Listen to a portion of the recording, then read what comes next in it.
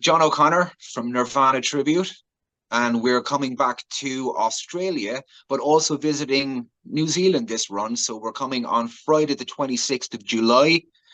We're coming to Tauranga, to Torres Street. The 29th, we're in Auckland and Galatos. 31st of July, we're in Newcastle in Australia at King Street. The 1st, we're in August in Sydney at Manning Bar. The 2nd of August, we're in Melbourne at the Espy. 3rd of August, we're in Hobart at Unibar. 7th of August, we're in Geelong at Barwon Club. The 9th of August on the Gold Coast at Coolangatta Hotel. And the 10th of August in Brisbane at Princess Theatre. You did really well there, mate. You did really well until you got to Geelong. It's Geelong. You did really well. Okay. Look, I've even got a cheat sheet right here. We couldn't tell that you were in it. How are you, brother? Good to talk to you again. I'm doing very well. How are you? Very well, brother. Very well. I'm off to Japan in a couple of days, actually. So I'm trying to cram as much in as before I go. But I'll be back in time for your show, which is a good thing. Wow. Yeah, I'm looking forward to seeing you there, man. Yeah, it'd be good to catch up again, bro. It'd be good. Now, this trip, it might be your first time in New Zealand, but it's your 4th time coming to Australia, mate. Like, what is it about the place? Like, you must have a decent demand here to keep coming back. Yeah. I mean, like, the people seem to like us there. So, I mean, we'll always go back. We'll always go back. And we love it as well, you know. I think my first visit to Australia, I was just completely blown away. So, and just the hospitality of the people and stuff there as well, man. So you can't beat it. And like, as a tribute band, it's got to be good too, because Australians are honest as fuck. Like, if you were shit, they would have told you the first time you came out that you were shit. But the fact they keep coming to shows, that's probably the best endorsement you could ever get. Yes, yeah, I think so. I think we would have known that that they weren't happy, but no, they made us feel right at home on that very first trip. So I'm sure the 4th one will be just the same. Wait, and you're visiting New Zealand for the very first time, mate. So for the benefit of people over there, what can they expect from the show? You know, like there's so many acts getting around that are very average that it takes a gloss off the ones that are good. So, but tell them what to expect from you guys, because you are fucking good. That's what we're noticing at the moment. Like, there's sort of an oversaturation almost of the market with like kind of substandard Nirvana tribute bands and stuff like that. But I mean, this is the one to come and see. You know, this is the one to come and see if you want to see some like a genuine Nirvana performance and go home feeling like you'd been at a Nirvana show. This is the one that you need to see. Plus, we bring a little bit of chaos with us as well. So that always helps, doesn't it? Always, right? Always. And you're also going to be headlining the Louder Than Love run of shows, which features our very own the Pearl Jam Experience, plus a tribute to Soundgarden and Alice in Chains. Like, have you played with any of those guys before? I actually haven't, but I'm really looking forward to it.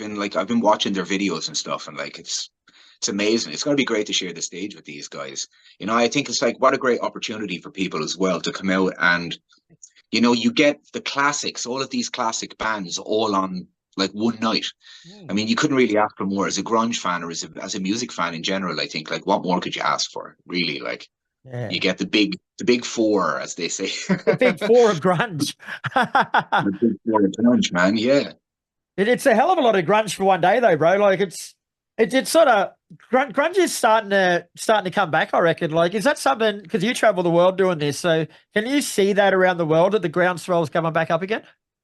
Yeah, absolutely. I mean, like the one thing I always say that I love to see, and I notice it all the time, is like you see these generations, like of a family. So you'll see like a young kid and he'll be with his dad, but he's with his dad, you know, so you've got like the 3 generations there, which is like a fantastic thing. And it seems to just that's building more momentum now. I mean, everywhere you go, you see a Nirvana t-shirt, like on young, old, and like it you know, it's amazing. So I think, yeah, it's like even gaining more momentum. It's like the little train that could and it'll never die kind of thing, you know? Very good analogy. Think about where Nirvana came from, dude. I mean, Nirvana came from like sweaty gymnasiums with nobody there, you know, playing to a handful of people, to playing like some of the largest auditoriums in the world with people clamoring to get into these sold out shows. So, you know what I mean? Like the momentum that Nirvana built. And then with Kurt's passing, it only seemed to strengthen it.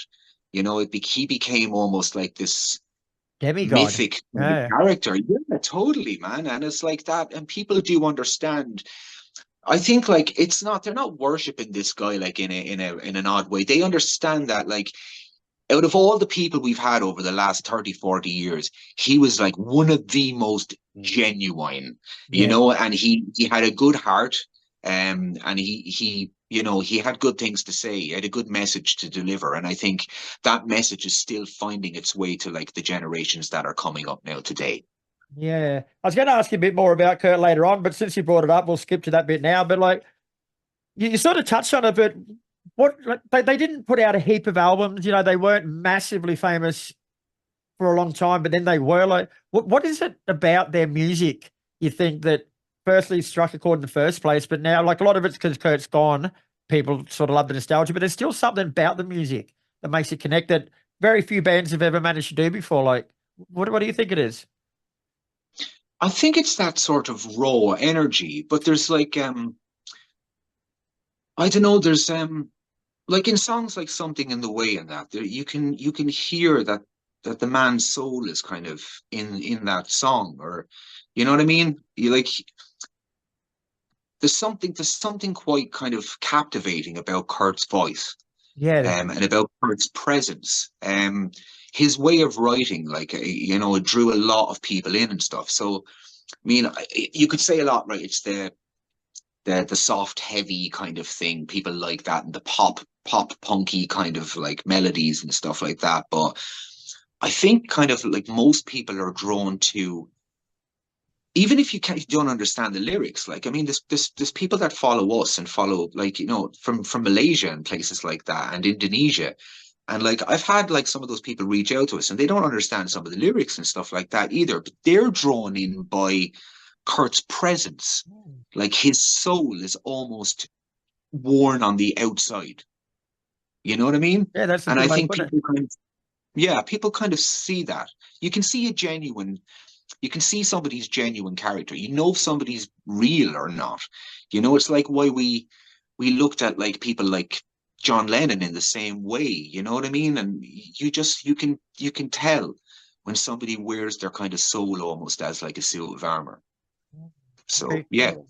Well, this one's going to put you on the spot, bro. I'm sorry, but what resonates more with you personally, the man or the music? That's a good question. I think the man, because like his views and his morals and stuff like that are something that a lot of people could learn from. Having respect for women, and treating people fairly and don't look down on others, kind of thing. And never really be above your station. Kind of never realize kind of everybody is the same, dude. It doesn't make a difference if you got £1 million in the bank or $1 million in the bank or whatever. And, you're no different from the guy that's like begging for change down the street. I think Kurt kind of realized that as well. Like that's why he shopped out at thrift stores, and he wouldn't buy a brand new car. He drove a beat up old 4x4 right up until his last days. It's like, you just, yeah, he had good morals. He was a good man, a good human being. And I think, yeah, a lot of people can learn from that, especially in today's day and age. Oh, tell me about it. Hey, you've been doing this for a number of years now, bro, and you pretty much live and breathe Kurt when you're out doing your shows. So as you do it for longer, does it become harder to disassociate yourself from that persona off stage? No, not really. I mean, look, people are really surprised normally when they meet me, right? And they don't like, I don't mean meet me after the show when I've gotten off stage or taken a picture or signing things or whatever. I mean, like if somebody sees me on the street, right, and they're like, "Oh, we're coming to the show later," they're meeting like me in a suit. I'm 90% of the time I wear a suit, and I look like a totally different guy, right? Right. And like, yeah, I have yeah, I don't live my life as Kurt Cobain. You know what I mean? I don't do the things he used to do. I have no desire to do that. Like I'm fortunate doing what I do, and Yeah. trust me, that doesn't escape me. And when I'm standing in places where I know he stood, and on stages and places where I know he's been, that doesn't escape me either. You know what I Yeah. mean? Yeah. I relish every single moment of that. But no, me and him are two completely different people, and I do hope people understand that when I go on stage, I kind of shut the door on John O'Connor for an hour and a half or an hour and 45 minutes. And I try to portray like everything about that man on the stage that meant something to me. And I try to deliver a performance that makes people that watch it think like, you know, I want them to feel like they're kind of there. You know, I want them to feel for that hour and a half like a suspension of belief, kind of like a pro wrestling thing. You know, you got to suspend your belief for that hour and a half. But if you do and you come on that ride with us, man, it can be special, you know. And I've seen some special reactions out of people. So yeah. I bet. Now, Bryn, the press release says that you guys meticulously recreate every element of a Nirvana performance. Like, run us through what that entails. Like, do you watch videos and study them? Do you listen to music? Like, how do you recreate it? Is it just a feel thing? It is now, I guess. Yeah. Yeah. I mean, like I grew up, like, you know, like we've had this conversation before. I grew up with Nirvana as a kid, you know, and I felt like it helped me so much in my life. It really did, you know. I like that band and Kurt. Just like I really did. It hit at just the right time in my life where I needed it the most. And at that time, I was engrossed. And you can imagine, I was watching everything. We were tape trading because we had no internet back then, man. You remember. Right, so we're tape trading and we're trying to get like a view of them any way we can. Magazines, every performance they did on TV or whatever, trying to get like whatever bootleg stuff we could. And it just sort of embedded itself, I guess. You know, like his movements and the way he would act on stage, and you know, he was so free with himself and stuff like that as well. So I think it just ingrained itself in me, embedded itself in me. So that I just allow all of that like muscle memory to kind of spill out when I walk onto stage. So yeah. I suffer for it afterwards, though. I bet you do, mate. You put a lot into it. Yeah, I do. Especially at the age I've hit now, you know. So, have you still got the same band as what you came out with last time? No. I've got completely different guys with me. Yeah, I've got two great guys with me now. I've got Ed and Brad with me, and they're both like powerhouses, man. And they're both such nice guys as well. And like, so the guys that were with me the last time have gone off to do their own thing. Mayano, he moved back to Spain, bought a little apartment for himself out there. Oh, good on him. And he's putting the band out there now full time, and he's having a great life. And I couldn't be happy for the guy. He's like, I wish him all the best. Love that guy. And the same with Ali. Love him too. He was my best man at my wedding, for God's sake. Oh, wow. That's awesome. We haven't got to see each other in a while as well, but we will. We'll still link up and we'll always be like the best, like, you know, with each other. So, but Ali is doing, is it the Copycat Killers? Yeah, he's doing that and a couple of other things now. So he's still in the tribute world, but he's ventured into pop and stuff like that now. So, but wish them all the best. But yeah, the two guys now, Ed and Brad, they're solid guys, and they really deliver a performance on stage. Like Brad's drumming has to be kind of seen to be believed, really. So like, yeah, the guy's an animal, literally.